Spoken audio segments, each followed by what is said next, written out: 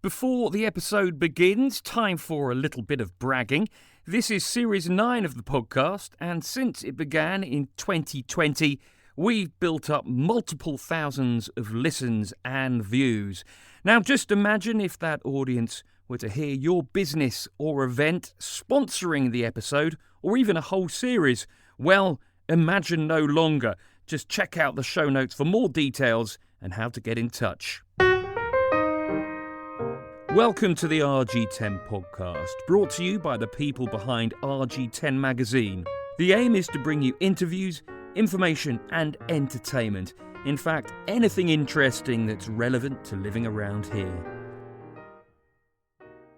The Twyford Beer Festival, surely RG10's biggest annual event, was held over the weekend. As per usual, there were dozens of local brews and drinks from further afield to quench people's thirst over what was 3 days of deliciously hot weather.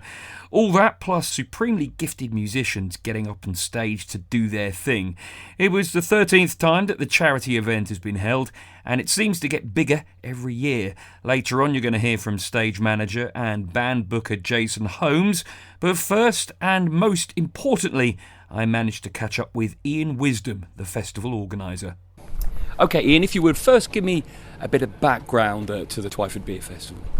Right, this was started 13 years ago to engage men with the idea that they need to talk about their physical problems in the cancer area, and what better way to do it than have beer involved, and that's how it all started.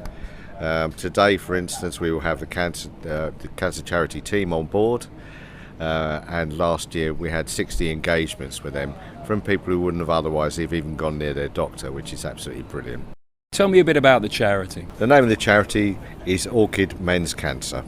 Very small charity. They deal with all three male cancers: penile, prostate and testicular.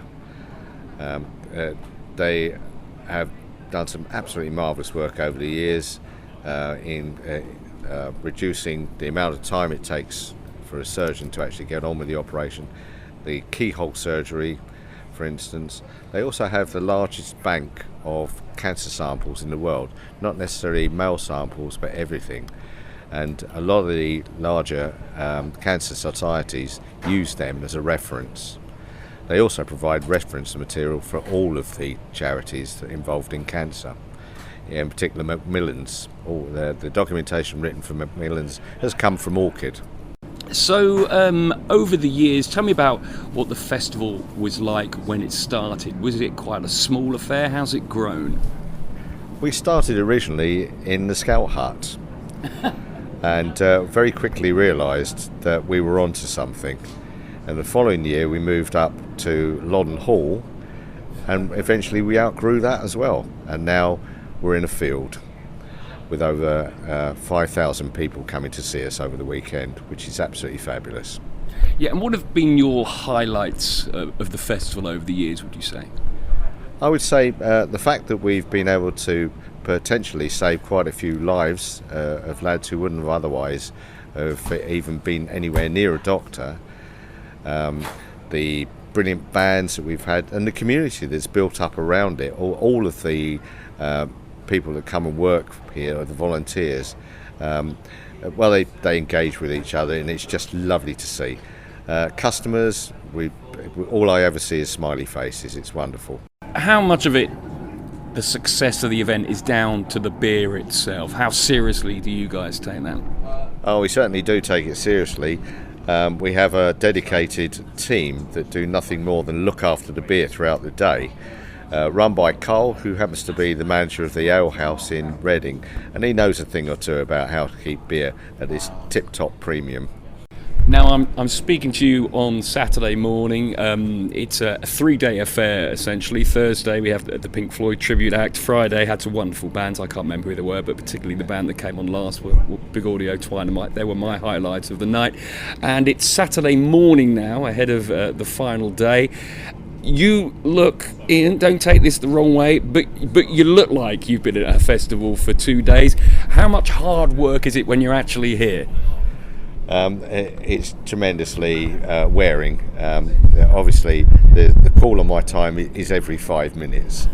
It's very rare. Like this, for example. Yeah. I very rarely get to sit down, and when I do, I hopefully people leave me alone for a little bit just to recover. I feel guilty now. Finally then, before you do go, what are your hopes for the future on the event? That going forward, somebody eventually will want to take over, because I'm 66 now. 4 years' time I'm 70. At that point it may be time to step back and let some youngsters come in and start helping from managing and all that sort of thing.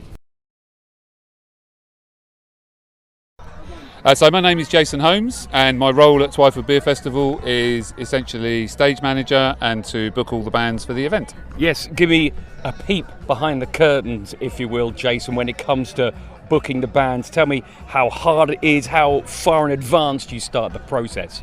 Okay, so how in advance? We go into this phase probably end of December, early January, bearing in mind the event is in June. So we like to see who's up for playing. What we do though is we try and keep it to local bands. My aspiration is that every band that plays will have someone that lives in Twyford, Charville or Ruscombe. Is there any particular chemistry and alchemy when it comes to booking these bands, or is pretty much if you want to do it you're available, there's someone in Twyford, or is there, I presume there's a bit more to it than that? Well, there's a little bit to it in terms of people have to be free. We don't pay our bands. This event is for Orchid Men's Cancer Charity, which is a great cause. So we do pay them, but not in money. We pay them in alcoholic beverages, which, drink responsibly, folks. It does go down well. And what would you say has been your highlight as a band booker, if you want, over the years, your highlight of the Twyford Beer Festival in general? The highlight for me is bands that come back year on year, or bands that we've had on for several years on the spin. I don't necessarily have an issue with, we need to get a whole new bunch of bands this year. For me, it's a local festival. If we've got bands that have got local people in them, then they're going to come along, they're going to play, it's a showcase, and they're going to bring their families and their friends, and what a party.